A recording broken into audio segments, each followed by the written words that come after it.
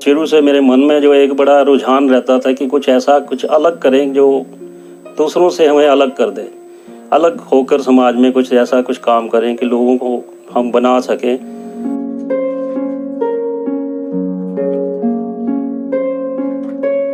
शिक्षक ही एक ऐसा माध्यम भी है जो दूसरों को बनाकर समाज में पेश करता है और उसके द्वारा ही जो है सब बनकर घूमते हैं। तो ऐसे एक मन में बड़ी तमन्ना थी कि हम भी कुछ बनना चाहते थे, तो ईश्वर ने हमें मौका दिया कि अब हम दूसरों को बना सकते हैं।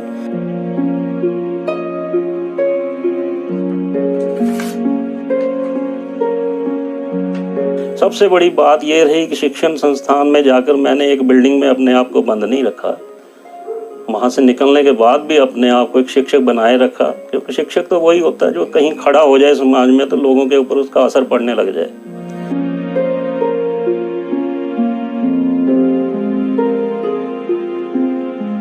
प्राइम अवार्ड, ऑथर अवार्ड मिला, जो मुझे फ्रंटलाइन वर्कर का काम देखते हुए उन्होंने मेरी सारी प्रोफाइल्स को देखा और वो सारा फिर चयनित भी किया।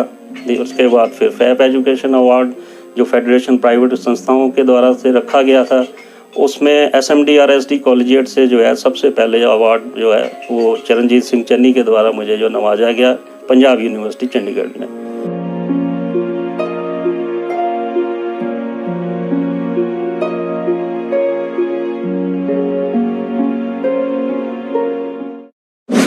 मेरा नाम राजेंद्र शर्मा है और मेरी जो सारी शिक्षा जो है KV से रही है।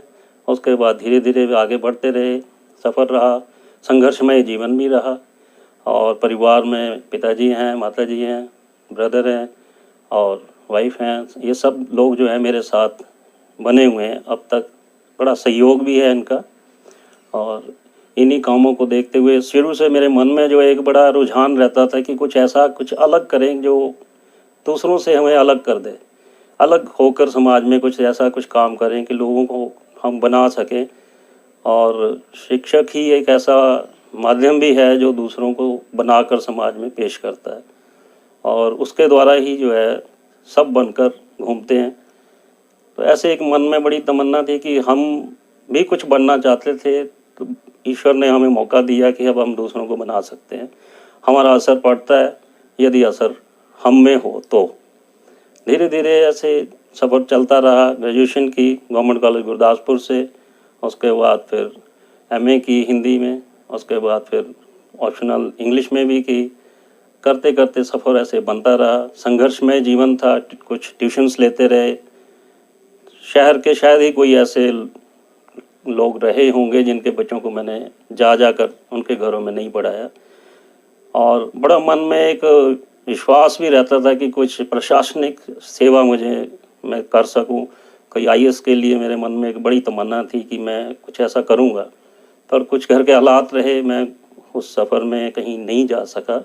फिर मन में आया कि क्यों नहीं और कुछ ऐसा करें कि समाज में हम, ज़रूरी तो नहीं है कि IAS ही बनेंगे तो कुछ बहुत उपलब्धियां होती हैं। आप समाज में अपने आप को उठाएं तो आप अपने आप ही में ही एक प्रशासनिक अधिकारी बन ही जाते हैं, अगर आपके अंदर कुछ करने की कोई तमन्ना हो। वो एक धीरे धीरे अंदर मेरे मन में कहीं पनप रहा था और फिर मौका मिला। शिक्षाओं में भी चलते रहे, शिक्षण संस्थाओं में भी गए। सबसे बड़ी बात ये रही कि शिक्षण संस्थान में जाकर मैंने एक बिल्डिंग में अपने आप को बंद नहीं रखा। वहाँ से निकलने के बाद भी अपने आप को एक शिक्षक बनाए रखा, क्योंकि शिक्षक तो वही होता है जो कहीं खड़ा हो जाए समाज में तो लोगों के ऊपर उसका असर पड़ने लग जाए। तो देखा कि ये तो बहुत ब्रॉड है, शिक्षण संस्थान ही मेरा बहुत बड़ा हो गया। आप कहीं पे भी खड़े हैं वहाँ से आप कोई ना कोई मार्गदर्शन दे सकते हैं। उसका अर्थ ये नहीं कि वहाँ खड़े होकर हम कुछ बोलने लग जाएंगे। आपका इफेक्ट इतना होना चाहिए कि पता लग जाए कि कुछ ना कुछ ये शिक्षा या तो ले रहा है या दे रहा है, क्योंकि लेनी भी पड़ती है। जिसने ये मान लिया कि मैं शिक्षक हो गया वो शिक्षक है नहीं, उसके लिए आपको प्रयास करते रहना पड़ता है अंत तक। बस ऐसे धीरे धीरे करते, आपने कई बार मुझे देखा होगा सिविल हॉस्पिटल में भी वहाँ नरेंद्र काला जी का बहुत उपराला की सेवा करते हैं, वहाँ पे भी उन्होंने मेरे इन भावनाओं को देखकर काम सौंपा। तो मैं वहाँ से SD कॉलेजिएट से निकल कर आता हूँ, वहाँ भी काम देखता हूँ, सेवा करता हूँ लोगों की जितनी बन सकती है।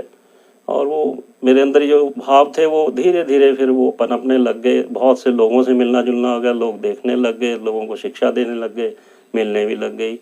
ऐसे करते करते फिर कोविड का समय रहा, सबको पता है वैश्विक महामारी रही है, बहुत लोग त्रासदी में भी रहे हैं, परेशान भी रहे, दुख तकलीफ में भी रहे।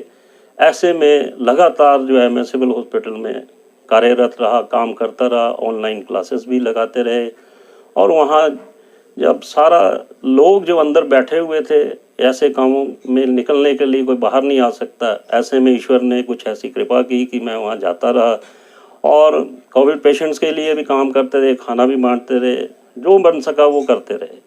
और ऑनलाइन शिक्षा के द्वारा फिर लोगों को प्रचार प्रसार भी मैं करता रहा, जो मेरा काम था। बच्चों के अंदर भी भावनाएं पैदा करता रहा कि घबराए नहीं, अपने आप को इस शिक्षा से जोड़े रखें।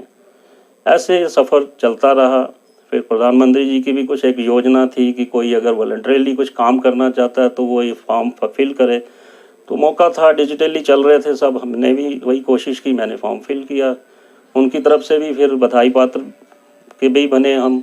और उसका ही एक नतीजा है कि प्राइम मिनिस्टर हैं। मैं किसी राजनीतिक पार्टी के पक्ष विपक्ष में नहीं होता। प्राइम मिनिस्टर हैं तो एक सम्मान तो बनता है। जैसे जन्म दिवस था तो कई सालों से वो उनका जो है ईमेल आती है बर्थडे पे, नीचे उनके साइन होते हैं, ये बहुत बड़ी बात है। फिर एक शिक्षक को कोई मान मिल रहा है, वो चाहे किसी से पार्टी से संबंधित हो, उसका कोई यहाँ सरोकार नहीं होता। और ऐसे करते करते फिर मेरे काम देखे। लगभग 3000 जो शिक्षक थे जिन्होंने नॉमिनेशन के लिए फिल किया था, उसमें से 300 लोगों को जो है चयनित किया गया एशियन एजुकेशन अवार्ड के लिए। वर्चुअल कॉन्फ्रेंस थी, उसके द्वारा मुझे ये सब प्राप्त हुआ। फिर धीरे धीरे उसके बाद प्राइम अवार्ड, ऑथर अवार्ड मिला, जो मुझे फ्रंटलाइन वर्कर का काम देखते हुए उन्होंने मेरी सारी प्रोफाइल्स को देखा और वो सारा फिर चयनित भी किया। उसके बाद फिर फैप एजुकेशन अवार्ड जो फेडरेशन प्राइवेट संस्थाओं के द्वारा से रखा गया था, उसमें SMDRSD कॉलेजिएट से जो है सबसे पहले अवार्ड जो है वो चरणजीत सिंह चन्नी के द्वारा मुझे जो नवाजा गया पंजाब यूनिवर्सिटी चंडीगढ़ में। तो ये भी एक बड़ी फ़ख्र की बात है। मैंने अपनी मैनेजमेंट से ही सुना था कि कोई एक ऐसा समय था, उस समय देवीलाल जी जो है चीफ मिनिस्टर थे और उनका चार्टर प्लेन जो है यहीं आकर कॉलेज में उतरा था।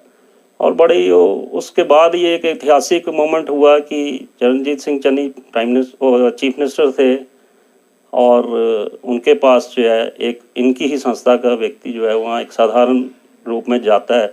तो दोनों मूवमेंट से, एक में चीफ मिनिस्टर कॉलेज में आता है, एक चीफ मिनिस्टर के पास पहुँचता है। तो ये मैनेजमेंट का ही कहना था कि ये एक बड़ी देर के बाद ऐसा कुछ हुआ है।